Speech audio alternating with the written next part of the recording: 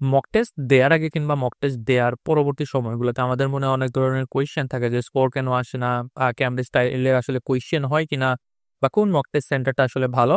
তো আজকের ভিডিওতে আমি আপনাদেরকে এক্সপ্লেন করার ট্রাই করব মক টেস্ট আসলে দেওয়া উচিত কিনা, বা যদি দিতে হয় কি কি ধরনের বিষয় মাথায় রেখে আসলে মক টেস্ট দেওয়া উচিত, এবং আমরা আসলে কি কি ধরনের ভুল করে এই মক টেস্ট দিতে গিয়ে, এবং যারা মক টেস্ট নেয় তাদের আসলে কি কি ধরনের ভুল রয়েছে। তো চলুন কথা না বাড়িয়ে শুরু করি। তো আমি আসাদুল আলম রনি, ইজি বিডি থেকে আছি আপনাদের সাথে। তো আজকের ভিডিওতে আমি যেহেতু বললাম যে মক টেস্ট নিয়ে আপনাদের সাথে আমি আলোচনা করব, তো প্রথমত মক টেস্ট দেওয়ার পরবর্তী সময়তে আপনাদের সর্বপ্রথম যে কোয়েশ্চেনটা আসে, ম্যাক্সিমাম স্টুডেন্ট বলে যে আমি তো মক টেস্ট দিলাম, আমাকে তো 4.5 দিছে, কেউ হয়তো বলতেছেন যে আমাকে তো 5.5 দিছে, আমার তো দরকার হচ্ছে 6, বা আমার হচ্ছে আরো 10 দিন পর পরীক্ষা, তো 10 দিন পরে হচ্ছে আমার 6.5 লাগবে, তবে কি হচ্ছে আমি 5.5 কি মেইন টেস্টে গিয়ে পাবো। শোনেন, আমার কথাটা আমি একটু পরে বলি। আপনাদের আশেপাশে যারা IELTS এর টেস্ট দিছে এর মধ্যে তো অনেকেই আপনি জানেন যে তার তো ইংলিশের লেভেলটা আসলে এতটা ভালো না। তার IELTS এর রাইটিং এর স্কোর আপনি কি দেখেন তো যে 5.5 এর নিচে আসলে কি খুব বেশি পরিমাণে এত মানুষকে আপনি দেখছেন যে কি আসলে 5.5 এর নিচে IELTS এর রাইটিং এ পাচ্ছে? বা ধরলাম মোটামুটি 150 ওয়ার্ড এন্ড হচ্ছে 250 ওয়ার্ড সে ফিল আপ করে আসছে এবং টপিক অনুযায়ী লিখে দিয়ে আসছে। তাহলে দেখবেন তার স্কোরটা মোটামুটি বলা যায় 5 to 5.5, মানে একদমই লো লেভেলের যারা, তারা কিন্তু এরকম স্কোর পাচ্ছে। কিন্তু আপনাদের ক্ষেত্রে অনেকের দেখা যাবে যে 4.5 দিয়ে রাখছে, বা 4ও পাঠাবার অনেক সময়। তো এইটার ক্ষেত্রে একটা রিজন হতে পারে যে আপনি হয়তো 150 and 250 ওয়ার্ডসটা ফিল আপ করে দিয়ে আসেন না, একদম খালি খাতা লিখে চলে আসছেন, অথবা কোয়েশ্চেন একরকম ছিল আপনি অন্যরকম ভাবে লিখে দিয়ে আসছেন। এটা হচ্ছে একটা রিজন হতে পারে। বাট সবকিছু ঠিক থাকার পরেও আপনাকে যদি 4.5 দেয়, তাহলে মনে করবেন যে আ হয়তো উনারা খুবই হার্ডলি এইটা আসলে চেক করছে, বা খুবই স্ট্রিক্টলি আপনার রাইটিং এর পেপারটা চেক করছে। আপনি কখনোই আসলে যদি ভালো মানে লিখে দিয়ে আসতে পারেন, আপনি 4.5 আসলে পাবেন না। মোটামুটি 5.5 আপনি আলসো মেইন টেস্টে গিয়ে পাবেন। তো আপনার যদি 6 লাগে আর আপনাকে যদি এখন 4.5 দিয়ে দেয়, এখন এই ক্ষেত্রে বলা যায় কোচিং সেন্টার যে সকল জায়গায় আসলে মক টেস্ট নেয়া হয়, আমি নিজে 1.5 বছর কিন্তু আ সিলেটের একটি স্বনামধন্য কোচিং সেন্টারের সিনিয়র ইন্সট্রাক্টর হিসেবে ছিলাম। তো আমি দেখছি যে রাইটিং এর পেপারগুলোকে আসলে মক টেস্টের পেপারগুলোকে যাদেরকে সবচেয়ে বেশি পরিমাণে চেক করতে দেওয়া হয়, ধরেন আপনি IELTS এর টেস্ট দিয়ে একটা ভালো একটা স্কোর, একটা ডিসেন্ট ব্যান্ড স্কোর নিয়ে চলে গেছেন। কোচিং সেন্টারে আপনি ইন করার পরবর্তীতে আপনার ১ম দায়িত্বই থাকে শুধুমাত্র রাইটিং এর পেপারগুলো চেক করা। ইভেন আমি যখন নতুন ছিলাম আমাকে হচ্ছে ওইভাবে দেয়া হতো। একজন এক্সপেরিয়েন্স ইন্সট্রাক্টর আসলে যেভাবে IELTS এর পেপারগুলো আসলে চেক করা হয়, সেই ক্ষেত্রে কিন্তু জুনিয়র ইন্সট্রাক্টররা কিন্তু ওইভাবে সেই এক্সপেরিয়েন্সটা কিন্তু তার নাই। সে হয়তো ভাবতেছে আমি তো সেই এইরকম লিখে একদম ব্যান্ড 7 পেয়ে হচ্ছে রাইটিং এ চলে এসেছি এই জায়গাটাতে। তাহলে বোধহয় এর তো কিছুই লিখা নাই। সে বোধহয় হচ্ছে 4 পাবে, 4.5 পাবে। সো বিষয়টা হচ্ছে এইরকম। তো একটা বিষয় বলে রাখি যে খুব কম আ মানে সিনিয়র ইন্সট্রাক্টরকে আপনি পাবেন যারা হচ্ছে IELTS এর রাইটিং এর মক টেস্ট দেয়। একদমই যে করে না তা না। তবে খুব কম IELTS এর রাইটিং এর মক টেস্টের আসলে পেপার দেওয়া হয়। বেশিরভাগই জুনিয়ররা আসলে এই কাজটা করে, যার জন্য আলসা ব্যান্ড স্কোরটা কমে যায় এবং স্ট্রিক্টলি। সেকেন্ডলি হচ্ছে রিডিং আসলে কঠিন লাগে। এক্ষেত্রে সর্বপ্রথম আমি কোচিং সেন্টার বা আ আলসা টেস্ট সেন্টার গুলা যারা মক টেস্ট নেয় তাদের ক্ষেত্রে যদি বলি, তাদের মধ্যে একটা বিষয় ঘাটতি আছে। সেটা হচ্ছে তারা জানে না যে আইএলটিএস এ কোন ফন্টে আসলে যে রিডিং এর টেক্সট গুলা লেখা থাকে বা প্যাসেজ গুলোতে কোন ফন্টে। সো এটা হচ্ছে আরিয়াল ফন্টে আসলে দেয়া থাকে, এবং এটার সাইজ আ 11 থেকে 18 পর্যন্ত হতে পারে, এরকম একটা ফন্ট। ওকে? এখন বিষয় হচ্ছে যখন রিডিং এর পেসেজ গুলা তারা বিভিন্ন ওয়েবসাইট থেকে কপি করে আসলে আপনাদেরকে দেয়া হয়, ওই সময়টাতে ডিরেক্ট হচ্ছে ডিফল্ট ফন্ট যেটা থাকে কম্পিউটারে ওইটাতেই আসলে আ প্রিন্ট আউট হয়ে চলে আসে। অর্থাৎ তারা ফন্ট ঠিক করে না, প্যাসেজের যে সাইজটা এক্সাক্টলি আসলে আপনাদের যে কেমব্রিজ বই আপনারা যেভাবে প্র্যাকটিস করছেন ওইভাবে থাকে না। অথবা কম্পিউটার ডেলিভারড আইএলটিএস এর যদি আমি কথা বলি, আ সেইখানে হয়তো এখন আপাতত উন্নতি হচ্ছে, বাট পেপার বেসড এর ক্ষেত্রে কিন্তু ঐরকম থাকে না। তারা হচ্ছে ডিরেক্ট জাস্ট কপি পেস্ট করে নিয়েছে। এটা হচ্ছে একটা কোচিং সেন্টারের একটা ফল্ট, যেটা হচ্ছে আমি নোটিস করছি আমার অফলাইন টিচিং ক্যারিয়ারের ক্ষেত্রে। তো এই জিনিসটার কারণে অনেক সময় দেখা যায় কি আপনি কেমব্রিজের বইয়ের মধ্যে এক ধরনের পড়ে অভ্যস্ত। কিন্তু অনেক সময় এত ছোট করে কুইজের তারা আসলে রিডিং এর মধ্যে বা লেখাগুলা যে থাকে এত ছোট থাকে, যেটা আসলে ১ ঘন্টা সময়ের মধ্যে আপনি একটা জিনিসের সাথে যেরকম ফ্যামিলিয়ার, কিন্তু যখন আপনার সাথে একটা ডিফারেন্ট ওয়েতে নতুন একটা কিছু নিয়ে চলে আসতেছে, ওই সময়টাতে কিন্তু দেখা যায় স্টুডেন্টদের ওই ফন্ট একবারের জায়গায় ২-৩ বার পড়া লাগতেছে, যে ওই লাইনটা যে বুঝতেছে না। কেন বুঝতেছে না? একবার আমি একটা কোয়েশ্চেন পাইছিলাম যেটা হচ্ছে ইটালিক ফন্টে লেখা। ইটালিক ফন্ট আসলে কিরকম? লেখাটা এরকম সোজাসুজি, যেমন এটা হচ্ছে দেখানো সোজা, ইটালিক ফন্টটা একটু বাঁকা বাঁকা থাকে, এইরকম আসে আর কি, একটু বাঁকা বাঁকা হয়ে। এখন আপনি হচ্ছে সোজা সোজা পড়ে অভ্যস্ত, এটা আসছে ইটালিক ফন্টে। তো এইটা হচ্ছে একটা প্রবলেম আসলে ওই জায়গাটাতে থাকে। পাশাপাশি হচ্ছে কোয়েশ্চেনের সাইজ গুলা বড় থাকে, কোয়েশ্চেন গুলো আসলে সিরিয়াল মেনটেন করে না অনেকটা সময়ে।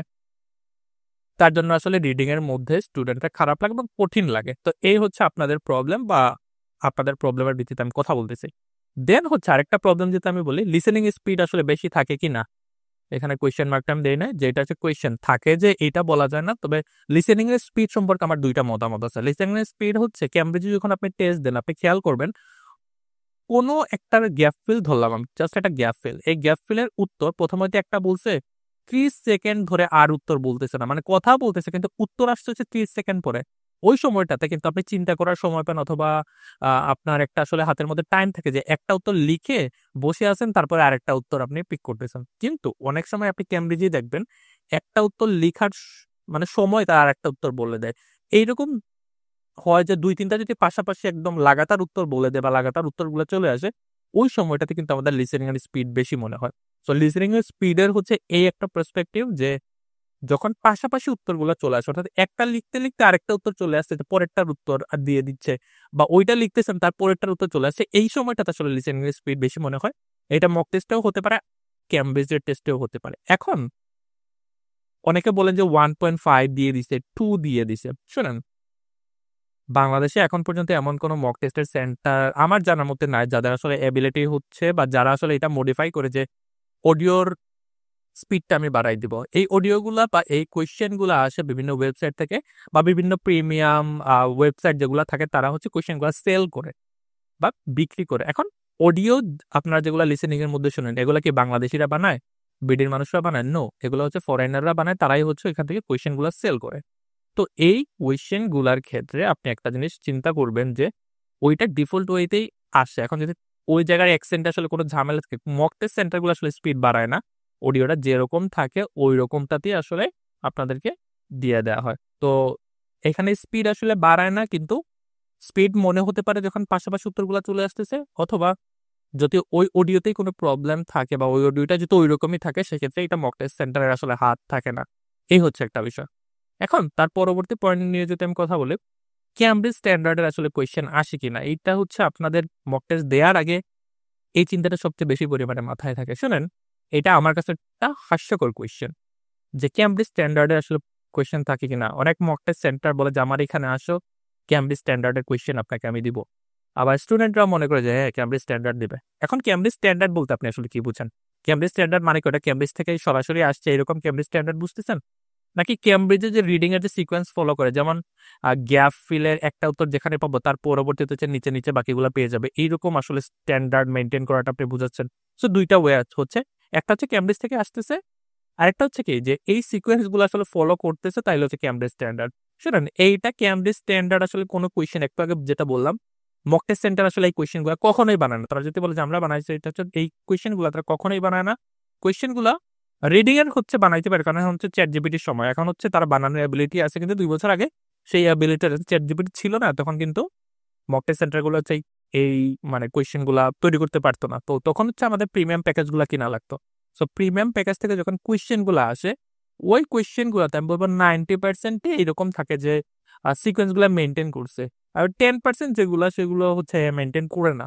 সো ক্যামব্রিজ স্ট্যান্ডার্ড যদি বলি, আপনি যেটাকে ধরেন সিকোয়েন্স মেনটেন্স করে যদি আপনি ক্যামব্রিজ স্ট্যান্ডার্ড মনে করেন, সেক্ষেত্রে আমি বলবো 90%ই ক্যামব্রিজ বা 80%ই ধরলাম ক্যামব্রিজ স্ট্যান্ডার্ড, মানে ওই সিকোয়েন্সটা আসলে ফলো করে।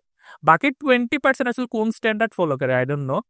যখন হচ্ছে স্টুডেন্টরা মক টেস্ট দিত আর আমি মক টেস্ট হলের গার্ডে থাকতাম, তখন কোয়েশ্চেন আমি নিজেও হচ্ছে অনেক সময় সলভ করতাম। তো দেখা যাইতো যে গ্যাপ ফিলের একটা পাইছে নিচের দিকে, পরেরটা পাইছে একদম প্যাসেজের প্রথম দিকে গিয়া। এখন কোয়েশ্চেন যে কঠিন হয়, এটার বিষয়টা নিয়ে আসলে লজিকটা কি? কোয়েশ্চেন কঠিন হওয়ার পিছনে লজিক হচ্ছে একটাই, সেটা হচ্ছে স্পেশালি যদি আমি রিডিং এর কথা বলি, ক্যামব্রিজ স্ট্যান্ডার্ড বলতে আপনি যেটা বুঝেন, রিডিং এর মধ্যে কিন্তু সব টেস্টে কিন্তু আপনার সমান ব্যান্ড থাকে না। ব্যান্ড কিন্তু আপ ডাউন হয়। একটা দেখা যাচ্ছে আপনি 30 পেয়ে গেছেন, আরেকটা দেখা যাচ্ছে 24 নিয়ে হচ্ছে আপনার টানাটানি। কেন হয়? রিডিং এর মধ্যে যদি কখনো আপনার টপিকটা কভার না আসে, যেমন আপনি একটা প্যাসেজ পড়তেছেন, যদি এনভায়রনমেন্ট রিলেটেড আসে, ফুড রিলেটেড আসে, এই টপিকগুলো সম্পর্কে কিন্তু আপনার বাংলাতে খুব ভালোভাবে ধারণা থাকে। কিন্তু যখন হচ্ছে লিটারেচার বা সাহিত্য, ব্রেইন ফাংশন, মানুষের মস্তিষ্ক কিভাবে কাজ করে এইগুলা নিয়ে যখন আসে, আমি অনেক স্টুডেন্টকে যদি বলি যে আপনি বাংলাতেই বলেন যে ব্রেইন ফাংশন আসলে কিভাবে কাজ করে, তার কিন্তু ওইরকম আইডিয়া নাই। কারণ ওই সকল আ প্যাসেজ গুলাতে বা টপিক গুলাতে আমি বলব এমন vocab গুলা আসলে থাকে, এটা আসলে ওই টপিক রিলেটেড যেগুলো সাধারণ স্টুডেন্টদের পক্ষে আ জানা একটু টাফ। তো তার জন্য আসলে তারা কোয়েশ্চেন গুলো খারাপ করে। এখন মক টেস্টে আপনি যখন যাবেন, আপনি ক্যামব্রিজ স্ট্যান্ডার্ড এর আশা করে আসলে কখনোই আপনার যাওয়া উচিত না। কারণ ওইখানে ক্যামব্রিজ স্ট্যান্ডার্ড, কারণ ওইখানে ক্যামব্রিজ থেকে কোয়েশ্চেন প্রোভাইড করা হয় না। আর লিসেনিং এর যেগুলো আসে ওইগুলা হচ্ছে বিভিন্ন ওয়েবসাইট থেকে কোয়েশ্চেন করা। আপনি হচ্ছে যেটা টেস্ট দিছেন ওইটা আইসা গুগলে সার্চ দিন, সার্চ দিলে হচ্ছে আপনি পেয়ে যাবেন। এখন কোয়েশ্চেনের উত্তর যে আসলেই মক টেস্ট দিব কি না, এছাড়া হচ্ছে আমি যদি ডিরেক্টলি বলি মক টেস্ট দিবেন। তো এত সময় বা এতক্ষণ এত মানে মক টেস্টের বিরুদ্ধে কথা বলে তাহলে কেন হচ্ছে বলতেছি মক টেস্ট দিবেন? শোনেন, আমাদের মেন্টালিটিতে বা আমাদের হচ্ছে মানসিকভাবে অন্যভাবে আমরা চিন্তা করি যে মক টেস্টটা আসলে দিব কেন? সেটার আলোকে হয়তো আমরা মেইন টেস্টে আনসার যে মেইন টেস্টটা ওইটাতে আমরা স্কোর করব। এটা যদি চিন্তা করে আপনি মক টেস্ট দিবেন, আমি বলব মক টেস্ট দিয়েন না। আপনাকে তাহলে কি মক টেস্টটা আসলে কি চিন্তা করে দেওয়া লাগবে?